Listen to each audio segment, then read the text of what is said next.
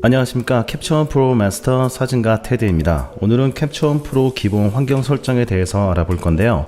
우선 맥에서는 컨트롤 스페이스를 누르시면은 스팟라이트 검색이 나오는데, 여기서 캡이라고 써도 캡처원 프로 라인을 바로 실행하실 수 있고, 맥 트랙패드를 쓰시는 분은 손가락 4개만 모아주시면 바로 캡처원 프로를 실행할 수 있는데, 닥에다가 옮길 땐 이렇게 드래그해서 내려놓으시면은 캡처원 프로를 어디에서든지 닥에서 실행을 할 수 있겠습니다. 캡처원 프로 아이콘을 클릭하시고, 캡처원 프로가 최초 실행될 때는 일단 인터넷 보안 여부를 물어보는데요. 여기 다운로드된 응용 프로그램이 안전하지 않은 경우라고 가정해서 올려주는 거기 때문에 여러분은 긍정적인 열기 버튼을 눌러주면 되겠습니다. 그러면 처음 나오는 메뉴에서 여러분은 캡처원을 알고 있습니다를 눌러주시는 게 가장 좋고요. 그 다음 카탈로그를 많이 쓰진 않고, 사실 세션 작업 지속을 가장 많이 쓰는 메뉴이기 때문에 반드시 클릭을 해주시고, 그 다음 나오는 항목을 보시면 캡처원이 가장 처음에 물어볼 때는 이렇게 나오는 거는 제가 여지껏 캡처원을 쓰던 게 있어서 트라이얼은 이미 끝나 있습니다. 즉 시험 사용은 모두 끝나 있기 때문에 저는 활성화를 눌러야 되고요. 대부분 처음 쓰시는 경우에는 30일가량 무료로 쓸 수 있기 때문에 여러분이 구매하는 방식은 subscribe, 바로 월 결제를 하는 방법이 있겠고, 아니면 패키지를 구매하는 방법을 선택하시면 되겠습니다. 우선 활성화 버튼을 누르게 되면 제 라이센스 코드를 입력을 하고, 제가 페이지 1에 등록된 아이디를 입력을 하면 제가 프로파일 가져오기를 선택할 수 있습니다. 그럼 여기에 따른 비밀번호를 입력을 하고요. 그러면 올바른 정보가 들어갔을 땐 바로 하단에 제 이름과 제가 설정한 국가가 바로 뜨게 됩니다. 그리고 나서 활성화 버튼을 누르시게 되면은 캡처원이 활성화되어 있다고 나오게 되겠고요. 지금 나와 있는 이 창은 바로 웰컴 스크린이라고 해서 캡처원에 대한 몇몇 가지 팁을 보여주는 항목으로 Do Not Show Again을 누르시고 꼭 반드시 꺼주시면 되겠습니다. 그 다음 맥에서 엘캐피텐을 쓰시는 분의 경우는 제목 탭을 더블 클릭했을 때는 전체 화면으로 바로 반드시 피트인이 되는 경우를 볼 수 있고요. 가득 차는 거죠. 이렇게 놓고 쓰는 게 가장 기본이고, 캡처원 9 메뉴를 누르시면 환경 설정을 들어갈 수 있겠습니다. 또는 단축키 커맨드 쉼표 콤말 누르시면 되는데, 대부분 윈도우 사용자의 경우는 파일 또는 편집 메뉴에서 캡처원 환경을 설정할 수 있겠습니다. 그럼 환경 설정을 누르시고 나오는 가장 처음 메뉴를 보셨을 때 일반 항목의 뷰어, 스크롤 휠 줌은 스크롤을 위아래로 내렸을 때 뷰어에서 줌이 되는지 안 되는지 여부고, 여러분이 카탈로그와 세션을 새로 만들면 새 창에서 열기를 하냐 아냐를 결정해 주는데, 여기서는 체크를 하지 않습니다. 왜냐하면 캡처원 프로에서 가장 기본적으로 세션은 하나만 만들어서 계속 쓰고 있고요. 카탈로그 쓰시는 경우는 다음 시간에서 설명드리겠지만 권장하는 사용 방법은 아닙니다. 그 다음 최근 캡처 컬렉션에서는 1시간 후 비활성을 바로 5분 후 비활성으로 해놓으시면은 컬렉션 자체를 만들 때 드는 시간이 많이 적게 들게 되겠고요. 가져오기 항목은 여러분이 체크한 게 기본이겠지만, 이런 경우 메모리 카드를 여러분 컴퓨터에 연결하면 자동으로 캡처원 프로가 실행되기 때문에 이것이 싫으신 분은 반드시 체크를 해제하는 것이 좋다고 할 수 있겠습니다. 그 다음 이 하드웨어 가속 기능, 바로 오픈CL인데요. 오픈CL은 디스플레이와 처리가 모두 안함으로 되어 있을 것입니다. 이 디스플레이를 여러분이 자동으로 하게 되면 캡처원 프로에서 불러오는 러 파일과 JPEG 이미지에 대해서 썸네일을 만드는 속도가 상당히 가속되는 것을 확인할 수 있겠고요. 기본적으로 자동을 반드시 선택해 놓습니다. 그 다음 이 처리는요, 여러분이 캡처원 프로에서 보정을 끝내고 포토샵으로 내보낼 때, 아니면 그 파일을 직접 TIFF로 변경할 때 여러분이 처리를 조금 더 빠르게 하는 옵션이기 때문에 이 두 가지는 모두 자동으로 표시를 하겠습니다. 그 이외에 활성화, 그 다음 시작 화면, 즐겨찾기, 카탈로그 백업, 이 중에서 가장 중요한 것은 즐겨찾기 부분에 물어보게 됩니다. 여러분이 즐겨찾기를 추가하는 경우에 여기 반드시 이전 세션 폴더를 즐겨찾기에 추가하지 않음으로 설정하셔야 되는데, 이런 경우는 여기 세션 즐겨찾기 보시는 항목들, 바로 여기죠. 여기에 여러분 즐겨찾기 기존에 설정했던 캡처 연결 촬영 폴더가 계속 추가되는 게 싫으신 분들께서는 반드시 환경 설정에 있는 즐겨찾기의 옵션에 이전 세션 폴더를 즐겨찾기 추가하지 않음으로 선택하셔야지만 세션 즐겨찾기가 계속 추가되고 여러분이 일일이 수동으로 하나씩 지우는 번거로움은 없다라고 할 수 있겠습니다. 그 다음 카탈로그 백업은 안함으로 해주시는 게 저는 가장 나은 편이고요. 어쩔 수 없이 하는 경우라면 일주일에 한 번 또는 하루에 한 번을 하시는 편이 낫다라고 할 수 있겠습니다. 물론 위치에서 여러분이 점 3개 아이콘을 누르시면 어느 영역에다가 백업을 할지 결정하실 텐데, 이 카탈로그 백업이 계속 이루어지는 경우는 불필요한 용량이 계속 지출이 되지만 중요한 촬영에서는 역시 백업은 반드시 설정하는 것이 좋다고 할 수 있겠습니다. 그 다음 모양 기본 설정을 보시게 되면요, 뷰어 창이 지금 여기가 뷰어 창입니다. 이 뷰어 창을 중간색, 회색 이렇게 바꿀 수 있는 옵션이고요. 이 여백이라는 것은 여러분이 여기는 마진, 프루프 마진 버튼 눌렀을 때 나오는 여백 크기라고 볼 수 있겠습니다. 그럼 여백 확인일 때는 이렇게 되고요. 여백을 30 정도에 놔두고 매우 어두움으로 놔두면 사진이 일단은 보여야 돼요. 그럼 이 녀석을 대부분 32픽셀로 놔두시는 건 너무 크고요. 지금 한 8 정도, 8과 여기는 한 32 정도로 놔두시는 게 사진이 이 경계선에 달라붙는 것을 예방하고, 이 경계선에 달라붙으면 어떠한 이미지가 잘못 나올 때가 있거든요. 특히 먼지 같은 것이 걸리거나 나무 가지가 걸리거나 이런 부분들을 여러분이 확인할 때 조금 편하게 볼 수 있는 옵션을 선택할 수 있습니다.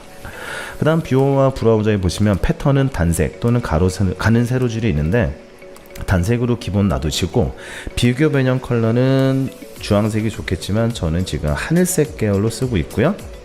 그 다음 닫으시면 선택이 되겠습니다. 그 다음 마스크 컬러는 여러분이 어디에서 설정하는 거냐면 이게 로컬 어저스먼트라고 하는 부분 조정에서 쓰는 마스크 모양입니다. 이 친구는 여러분이 포토샵과 똑같은 기능을 하는 게 조금 더 구분하기 편하기 때문에 크게 설정을 바꾸지 않고요. 이미지 도구에 나왔을 때 바로 캐시라는 항목이 있습니다.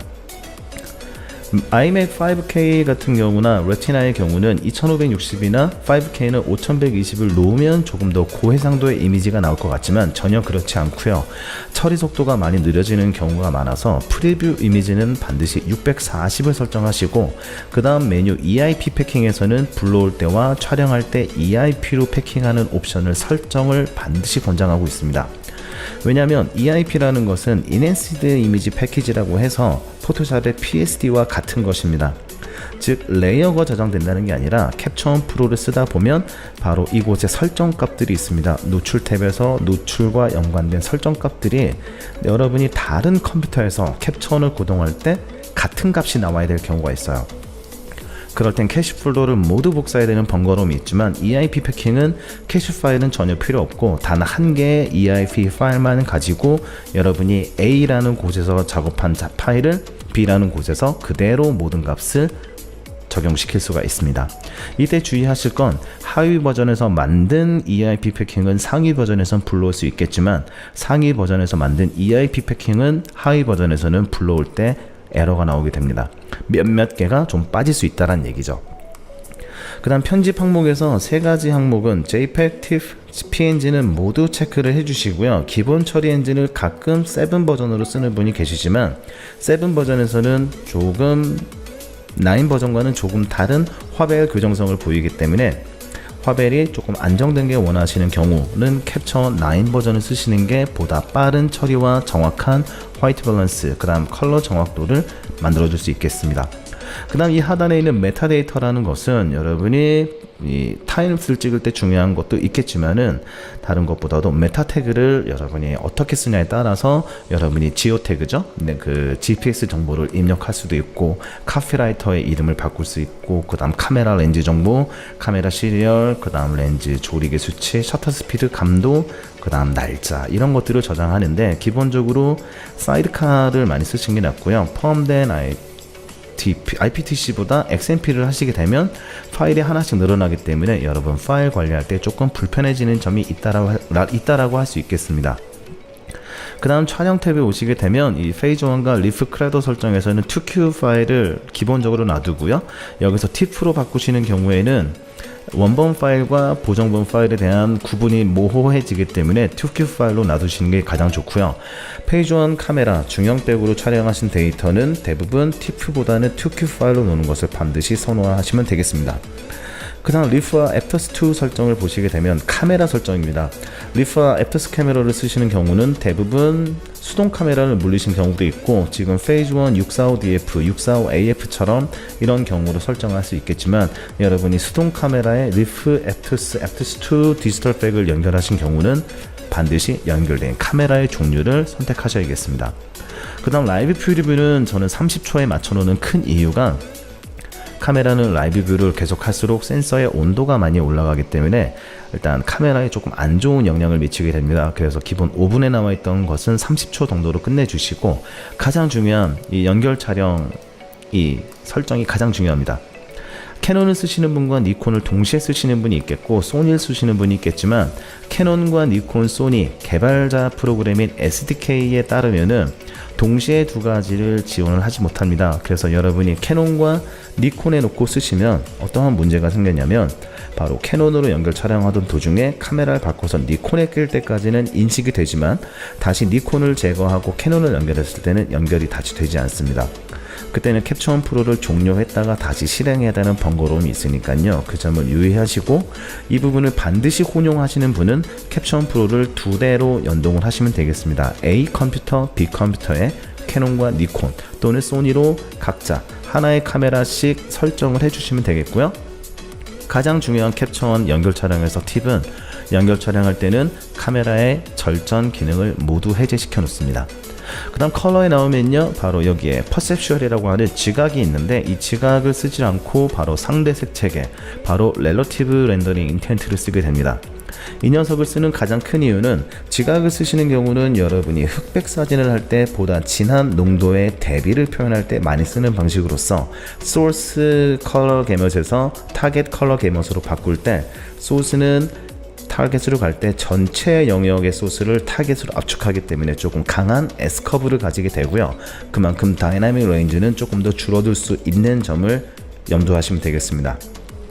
그래서 대부분 캡처원 프로 쓰시는 분이 포토샵 갔을 때 색이 많이 바뀐다라고 하시는 분은 이 렌더링 의도, 렌더링 인텐트를 지각을 많이 쓰기 때문에, 바로 퍼셉션을 많이 쓰기 때문에 생기는 문제이고요. 렐러티브 렌더링 인텐트를 쓰게 되면 일단 전체 소스 컬러 개념에서 조금 적은, 이제 지각보다 조금 적은 섀도우와 하이라이트만 압축을 하고 나머지 영역은 그대로 타겟으로 보내기 때문에 색이 변하는 부분이 상당히 적어지게 됩니다. 다음 노출 탭에 오시면 크게 바꾸실 건 없고요. 여기 노출 경고가 검정색으로 되어 있으시면 이 친구를 붉은색이나 녹색 계열이 날 것 같아요. 아니, 녹색이 아니라 보라색 계열. 왜 보라색으로 했냐면, 마스크가 여기서 붉은색 계열로 있고 비교 변형은 상관이 없습니다. 마스크가 빨간색으로 되어 있고 여기 초점이 녹색으로 되어 있기 때문에 노출은 하이라이트는 이렇게 놓고요. 섀도우 경고가 필요하신 분은 체크하시고, 여기에 섀도우 부분은 바로 불투명도를 놓고 노란색 계열로 넣으셔도 상관없습니다. 그럼 여기에 있는 노출 경고 탭을 눌렀을 때, 이게 커서 툴이죠. 커서 도구를 눌렀을 때 노출 경고는 이렇게 확인하실 수 있겠습니다. 그 다음 레벨 도구에 있는 것들은 크게 막 바꾸질 않고요. 그 다음 크롭에 넘어왔을 때는 가이드보다도 일단 직사각형 모양 여러 개 만들 수 있지만, 저는 피보나치를 가장 많이 쓰고 있고요. 거울이나 시계 방향 이렇게 쓰고 있습니다. 그 다음 마스크는 항상 표시하는 옵션은 나중에 충분히 바꿀 수 있으니까 지금은 바꾸지 않고요. 초점도 그대로 놔두고 경고도 크게 바꾸는 게 없습니다. 그 다음 업데이트를 누르시게 되면, 여러분이 최초 설치한 캡처원 프로에서는 어떠한 연결된 카메라 목록이 뜨질 않습니다. 여기서 업데이트 확인을 누르시게 되면은 캡처원 프로의 현재 버전, 다운로드할 수 있는 버전이 나오게 되면 파란색 글씨로 나오게 되는데요. 지금 저는 기존에 연결했던 카메라가 상당히 많기 때문에 업데이트 확인을 누르게 되면 여지껏 연결했던 카메라 종류가 그대로 나오고 시리얼 번호까지 그대로 뜹니다. 가끔씩 이 시리얼 번호가 마이너스로 뜰 때도 있는데, 그런 것들은 크게 영향을 받으실 필요는 없고, 일단 여러분이 여기에서 업데이트와 함께 등록이 되어 있어야지만 여러분 카메라가 연결 촬영이 될 수 있습니다. 여기서 카메라가 미등록으로 빠져 있으면요, 여러분 카메라 연결 촬영이 되더라도 연결 촬영은 되겠지만 새로운 카메라 펌웨어가 나오게 되면 여러분은 다운로드를 받을 수 없게 됩니다. 그래서 이렇게 위에 버튼을 눌러주면 제품이 먼저 업데이트 알림 없이 등록이 되겠고요. 한 번 더 눌러주면 업데이트 알림과 함께 등록이 되는 것을 확인할 수 있겠습니다. 그 그 다음 여러분이 필요한 단축키를 만드실 때는 이제 캡처원 메뉴에 키보드 단축키 편집을 누르시고 여기에서 반드시 생성, 이제 영문판에선 듀플리케이트로 나와 있습니다.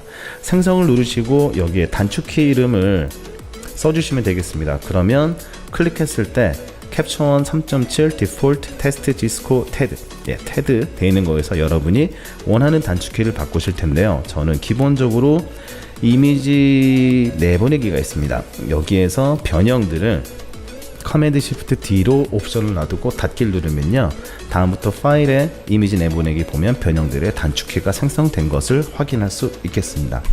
그래서 오늘까지 지금 나간 수업은 캡처원 프로의 가장 기본적인 환경 설정에 대해서 간략하게 알아봤고요. 다음 시간에는 세션과 카탈로그를 설정하는 방법에 대해서 알아보도록 하겠습니다. 다음 시간에 뵙겠습니다.